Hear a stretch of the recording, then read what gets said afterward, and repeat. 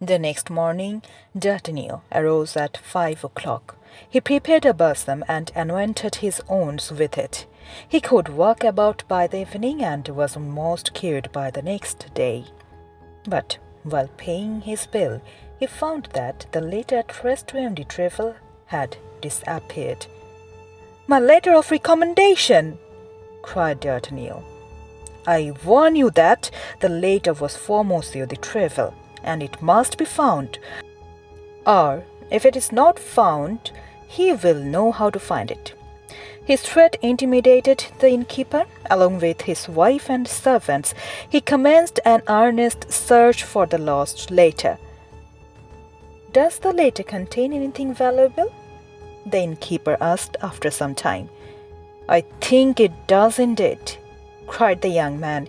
"It contained my fortune." "Then it must have been stolen from you." "Stolen? By whom?" "By the gentleman who was here yesterday. He came down into the kitchen where your purse was. He remained there some time alone. I bet he has stolen it." "Then that's my thief," replied D'Artagnan.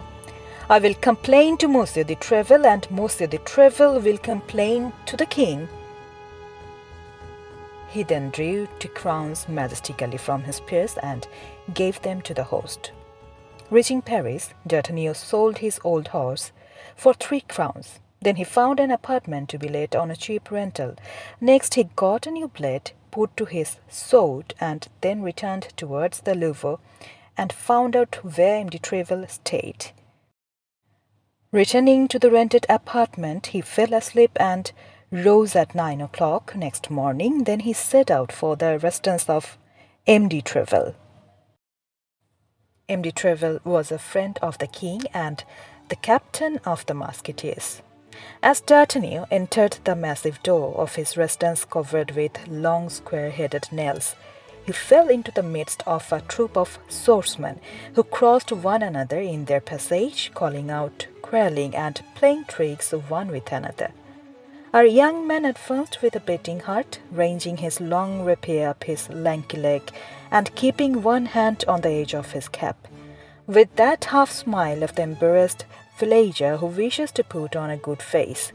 When he arrived at the staircase, it was still hoarse. There were 4 musketeers on the bottom steps, amusing themselves with open swords, while 10 or 12 of their comrades waited upon the landing place to take their turn in the sport. One of them, stationed upon the top stair, prevented, or at least tried to prevent, the 3 others from ascending. These 3 others fenced against him with their agile swords.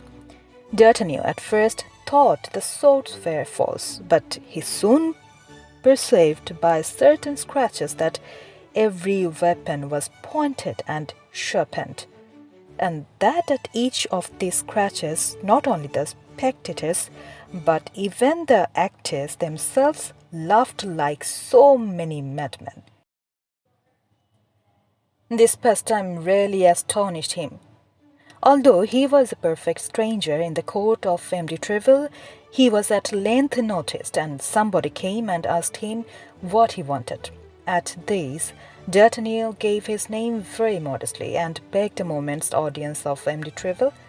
Then he waited and watched the musketeers round him. "Monsieur de Treville awaits Monsieur d'Artagnan," cried the servant after quite a while, throwing open the door of the cabinet.